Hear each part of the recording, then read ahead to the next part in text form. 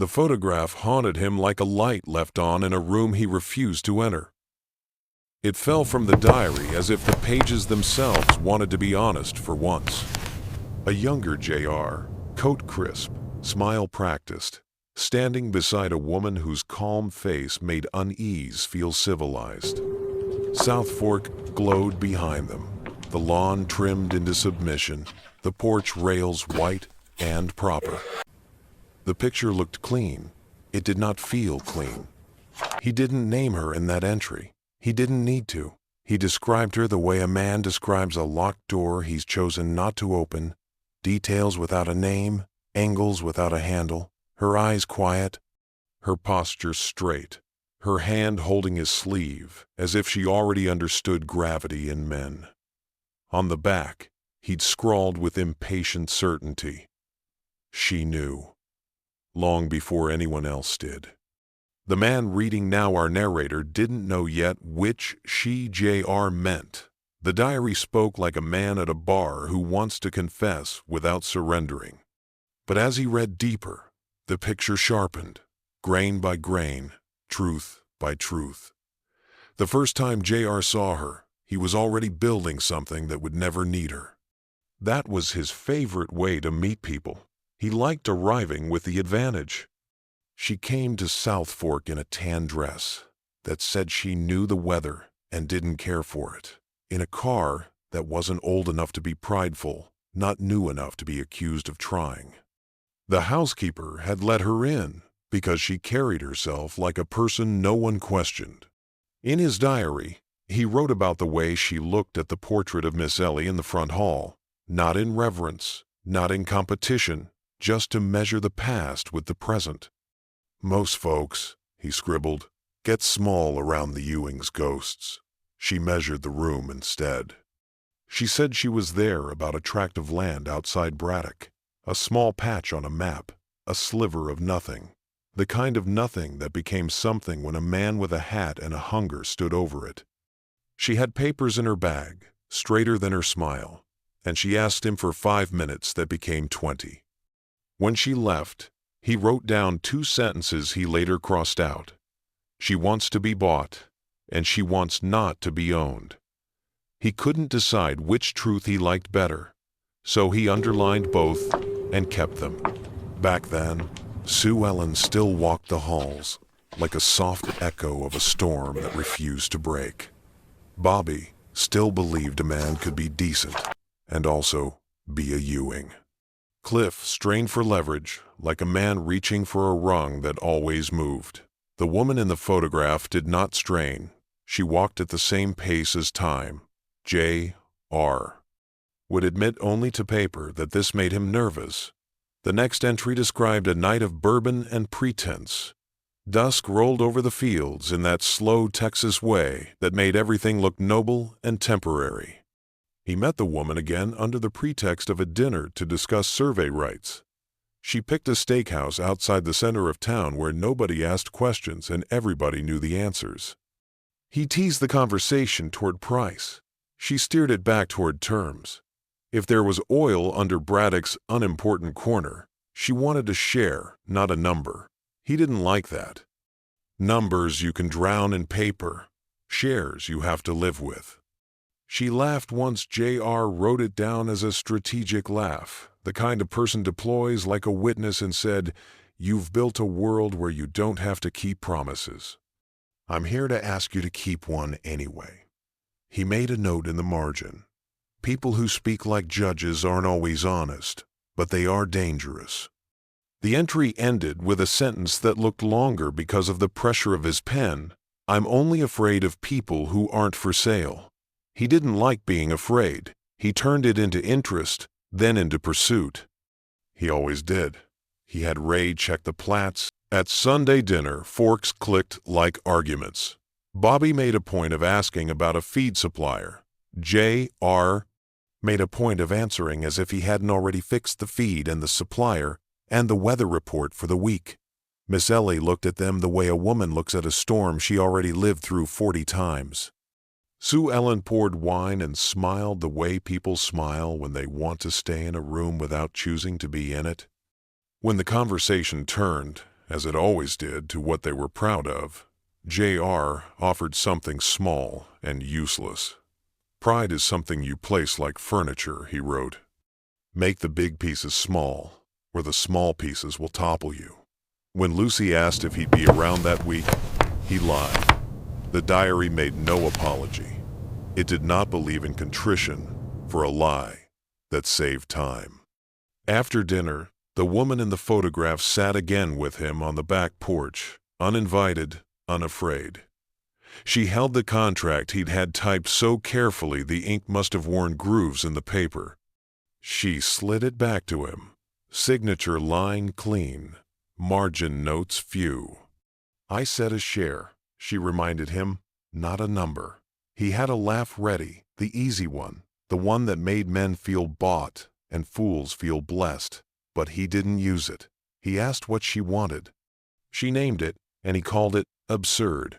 Then he asked her if she had enemies.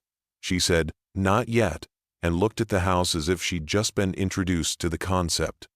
He wrote, "She doesn't live in fear. She lives with it." He hated the difference.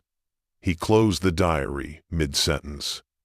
The next entry began with a stain and the word later. He tested her the way he tested steel, with heat and leverage. He sent a man to ask too many questions at her bank. He had a lawyer call with a misunderstanding so subtle it could pass as a compliment. He had Cliff Barnes circle the idea like a vulture who insists he's a dove. She stepped around each test as if she'd been warned. In one entry, he accused himself of nostalgia. He wrote, "I used to enjoy this, the chess of it. Now I want the board to admit it's mine." That was the closest he came to admitting boredom. He didn't like people who required effort without providing entertainment. But in the next entry, rumors traveled the ranch faster than sunlight. Ray said a driller east of County Road 7 had seen some equipment move at night. J.R. pretended not to care. He called 3 men and told them to pretend to be 2. He told one to talk and the other to listen and the third to be invisible. He'd built more empires on invisible men than on oil. He followed the trucks. He wore a hat that looked like a hat people trusted and a coat that looked like last year's coat so nobody would think it was this year's plan. Out past the edge of town, where the fence lines got lazy and the cows seemed to graze on tiredness as much as grass, he saw the sliver. The woman stood with a surveyor and a notebook, not smiling. She didn't wave. She didn't pretend to be surprised he was there. She looked at him like a choice she had already made. "Working late?" he called across the fence. "Texas pretends distance is a social skill." "Working honest," she said. It sounded less like a claim than a schedule. He put the smile on the one that always got him past the first objection. She didn't offer an objection. She offered a deadline. "You've got until Friday," she said, "to decide whether you want a piece of this or a story to tell at dinner." He wrote, "No one had given me a deadline in years. The last person who did became a lesson." She looked like she'd read the lesson plan. Bobby showed up at his office one morning with a look that always made J.R. feel like a teenager in church. He asked about the woman. He asked about Braddock. He asked, in that way Bobby had, whether J.R. was about to set the house on fire to see if the smoke matched the sunset. The diary refused sanctimony. J.R. wrote about his brother with a bitterness he respected. He thinks decency is leverage, he said, and sometimes it is, but leverage slips. Oil doesn't. He told Bobby to be careful where he stepped. He told him nothing else. He pretended family was a category of law that didn't apply to land. Bobby left with a disappointment that had weight. J.R. measured it the way a jeweler measures a stone. Appraising, not admiring. Thursday night, she called. The woman in the photograph. He didn't write her name even then, but he wrote the time. 9:17 p.m. The hour when whiskey starts pretending. It's wisdom. She said she'd signed if he agreed to a clause that would outlive them both. Environmental care, fair wages, transparency at the refinery. He said transparency had ruined more fortunes than fraud. She said she wanted a world where what they built outlasted their appetites. He replied with silence. Silence can be agreement. Silence can be war. She took his silence for the answer she expected and said, softly, "Then you'll come for it anyway." He wrote, "She thinks I take what I want. She's right, but she's wrong about what I want." He never clarified the difference. On Friday, he drove to the edge of the sliver and sat in his car long enough to compose the story he'd tell about that day. He liked writing history before the facts were born. He walked the field. He watched the men mark angles in the dirt. He stood beside her without standing with her. She handed him a pen that was heavier than it looked. "You can put your name here," she said, pointing, "and we'll do this clean." He looked at her hand and followed the gesture as if she were directing traffic at an intersection where men collided professionally. He signed. He surprised himself. He felt the signature as a test that he chose to pass, as if the test were his idea. The diary described that moment with a precision that made the man reading it sit forward. "I agreed because I wanted to see if I could keep a promise. I agreed because I was tired of buying people who acted like receipts." By midweek, the calls came. A man in Austin with a cousin who wanted an inside line, a banker who believed that fairness was a scenic route, a supplier who offered a version of honesty that came with a discount. The woman turned them down without consulting J.R. He wrote, "She acted like a partner.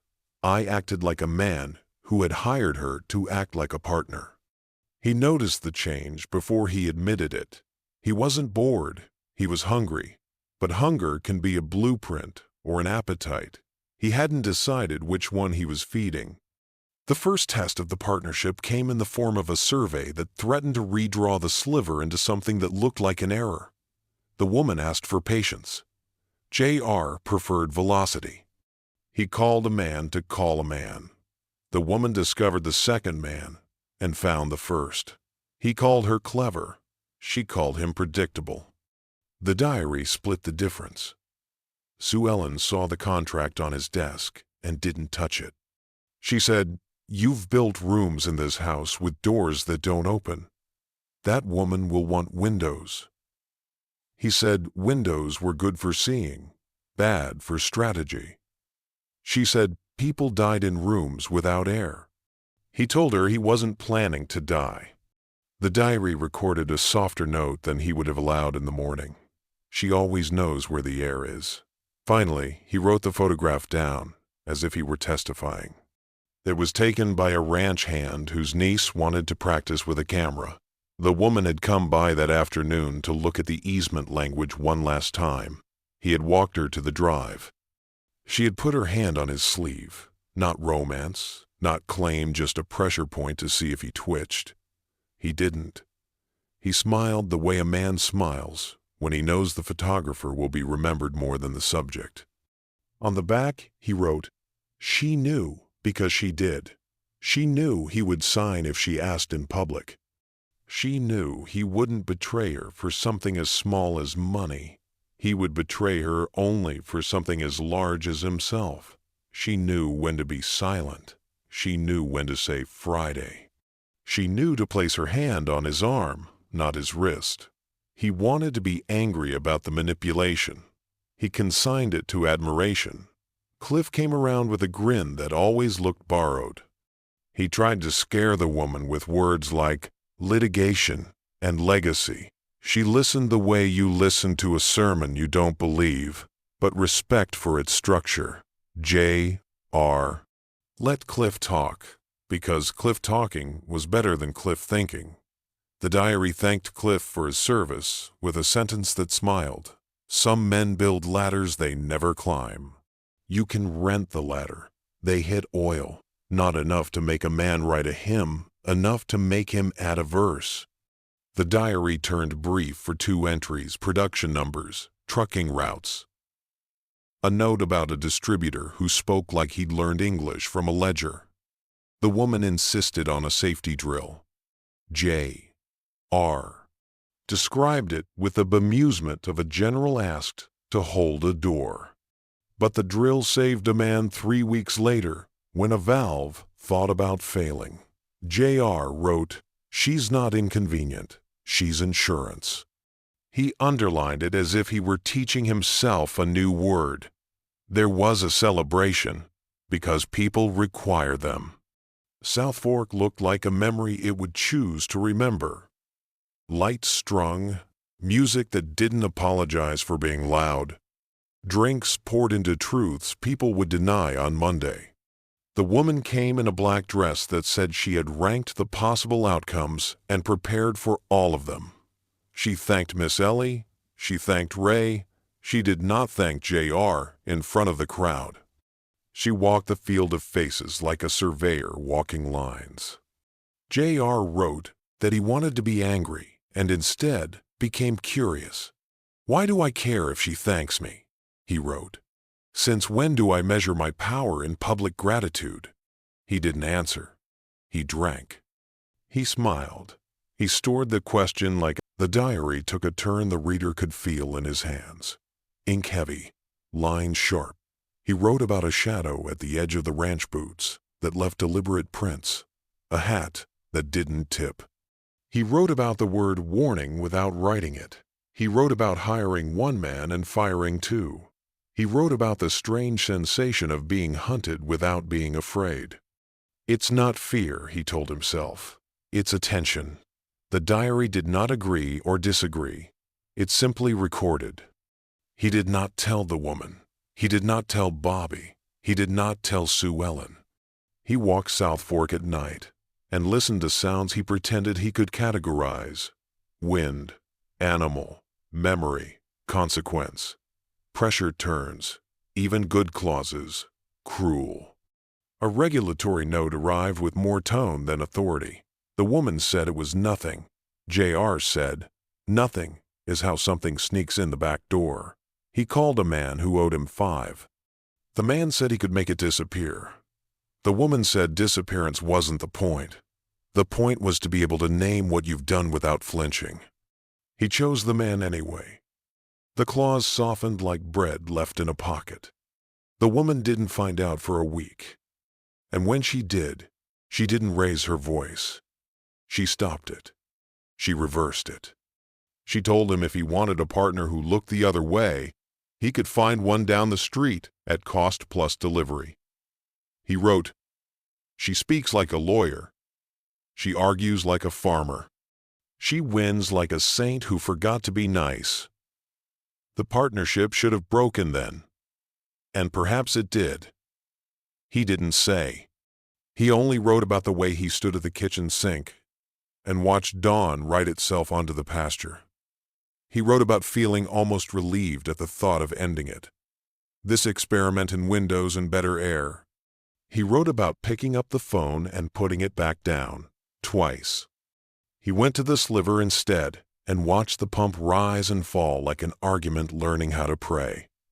The woman stood 30 feet away and did not approach. He wrote, "We had nothing to say, and we said it." He called the silence honest. He liked honest silences less than useful noise. He put the photograph in the diary that night, the one with the hand on his sleeve, and he told the paper what he wouldn't tell a person. He had signed because he wanted to imagine himself as a man who could. He had protected the deal with an old habit and felt the habit crack in his palm. He had been followed. He was being watched. He did not care. He cared more than he would ever admit. On the back of the photograph, under "She Knew," he added, "And I let her." He underlined "let" as if the underline could salvage a pride that didn't need saving. The diary finally named her, almost carelessly, as if the name were a tool he'd forgotten to put away. Margaret Hale. He wrote it beside a list of numbers, royalties, transport, contingencies. as if she were one more line item that defied arithmetic. Margaret had a father who'd worked a field that never gave enough, a mother who'd worked a house that never looked finished, a brother who left for the coast and sent back postcards instead of apologies. She did not hate the rich. She distrusted the unfinished. J.R. wrote that he preferred people who wanted to be him to people who wanted him to be better. Margaret was the second kind. She asked him to build something that would outlast his appetite. He resented the request. He respected the math. Margaret came to South Fork one last time that spring. She walked the porch like she was saying goodbye to a version of an argument she didn't want to win. He poured her tea because bourbon made truths louder than strategy allowed. She thanked him for signing. She told him she would hold him to it. She told him that if he broke his word, she'd break his plan. And she did not say it with malice. She said it with a bookkeeper's certainty. He leaned against the door jamb and said he had survived worse threats. She looked at him kindly, which he hated more than contempt. She said, "I'm not a threat, Mr. Ewing. I'm a witness." He wrote the line down twice so the man reading would know it mattered. Then the diary went sideways. Sentences shortened. Entries grew suspicious. He wrote about a meeting she missed. He wrote about a call that rang forever. He wrote about a truck seen near the sliver that didn't belong to anyone whose name he cared to remember. He wrote that the papers were in order, that the reports were clean, that the pump rose and fell with the rhythm of a promise. He wrote, "Something is wrong." He underlined it once. He did not need to underline it twice. The last entry that mentioned her was the one with the thumbprint smear. She's gone. They say she left town. But I know better. She didn't leave. She vanished. The diary didn't accuse. It recorded. It didn't cry. It cut. He kept the photograph anyway. He kept the deal going. He told nobody what he suspected and everybody what they needed to hear. He watched the horizon for a car that didn't come.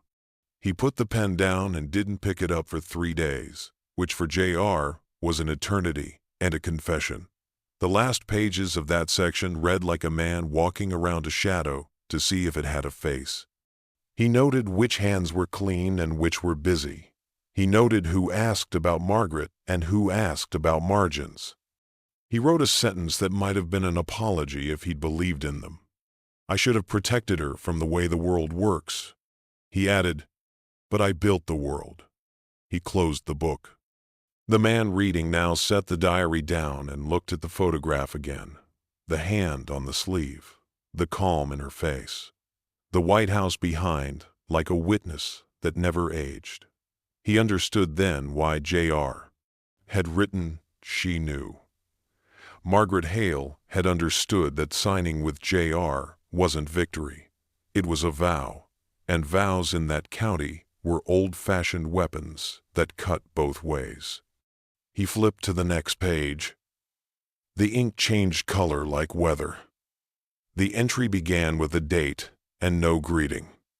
"If this book is ever found," J.R. wrote, "don't trust the man in the hat."